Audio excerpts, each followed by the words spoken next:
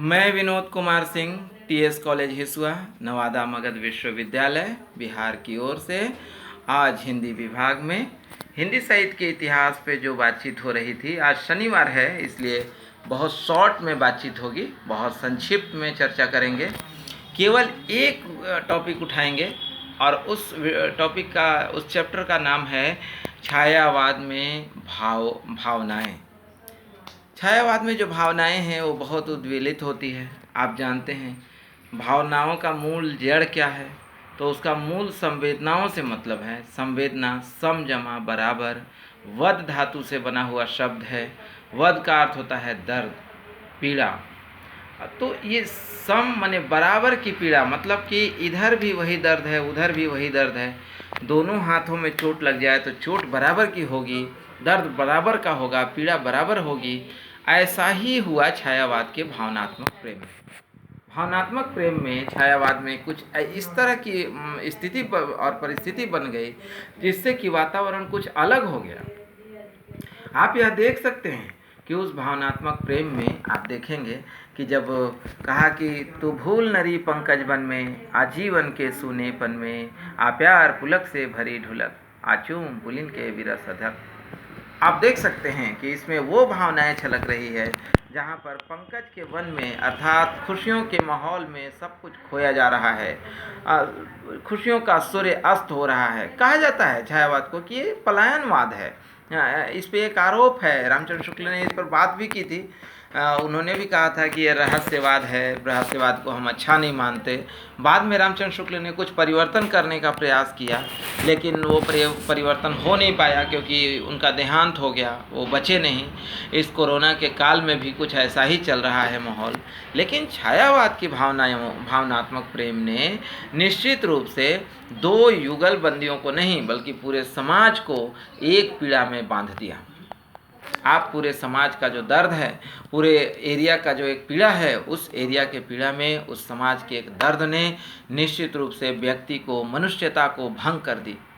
आप देख सकते हैं आज की परिस्थितियां भी कुछ ऐसी बनी हुई है कि इस कोरोना के काल में मानव को भूल गया, मनुष्यता खत्म हो गई।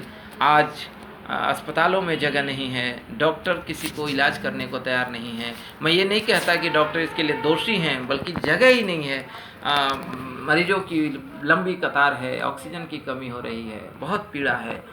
छायावाद में भी जो कविताओं का दर्द है, कविताओं में जो पीड़ा है, वो पीड़ा कुछ ऐसी ही थी जहाँ पर मनुष्यता भंग हो रही थी।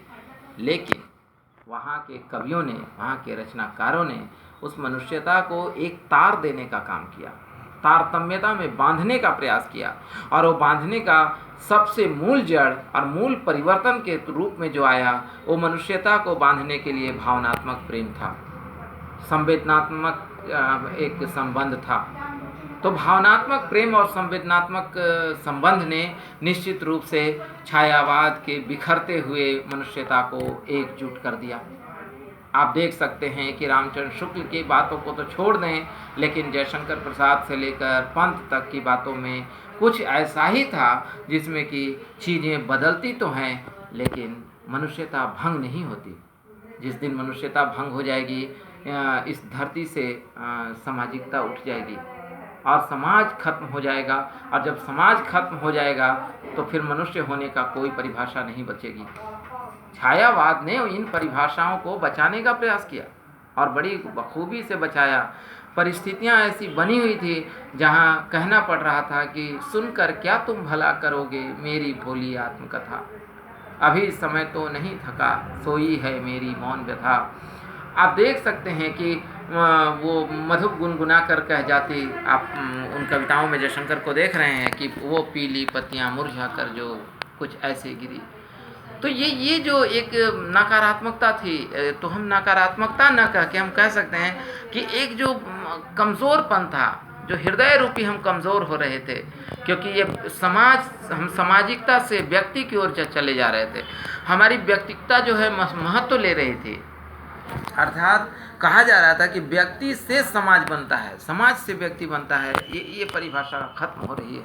इसीलिए रामचंद्र शुक्ल बड़े आलोचक हिंदी साहित्य के इतिहास के, उन्होंने इस काल को अच्छा नहीं माना। उन्होंने कहा कि नहीं, ये काल अच्छा नहीं है। इस काल में कहीं न कहीं मनुष्यता भंग हो रही है, कहीं न कहीं सामाजिकता नष्ट हो रही है। और जब सामाजिकता ही नहीं है, मनुष्यता ही नहीं है, तो पशुवत और क्या नाम दें समझ नहीं आता।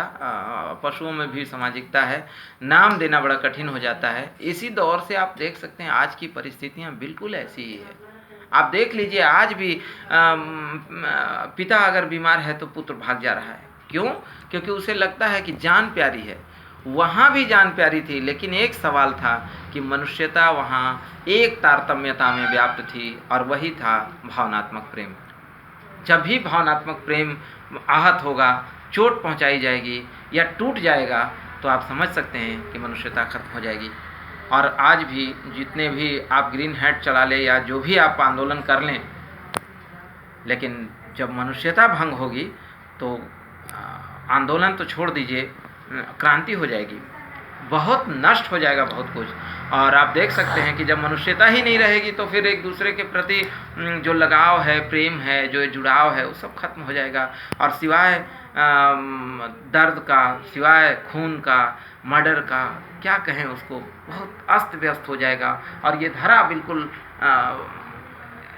एकदम नष्ट विभोर हो जाएगा।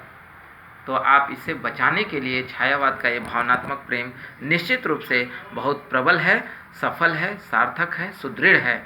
आज शनिवार है, बहुत लंबी क्लास नहीं लेने का मन है, और बहुत मन में एक खौफ भी है, एक क्षोभ कहें, खौफ तो ज़्यादा नहीं लेकिन क्षोभ है कि हम लोग इस दौर से गुजर रहे हैं जिस दौर में ज़िंदगी और मौत के बीच में हम लोग पगडंडियों पे चल रहे हैं। क्या होगा, किसको होगा, कब होगा, कहाँ हो जाएगा, कुछ कहा नहीं जा सकता। इसलिए बहुत सुरक्षित रहें, बहुत बचाव रखें, एक दूसरे से दूरी रखें, मास्क का प्रयोग करें।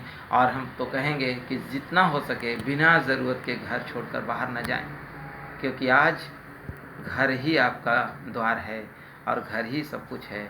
स्वर्ग से सुंदर, सपनों से प्यारा है मेरा घर द्वार हमारा, आज साबित हो सकता है, और इसे साबित करें। आज के लिए इतना ही।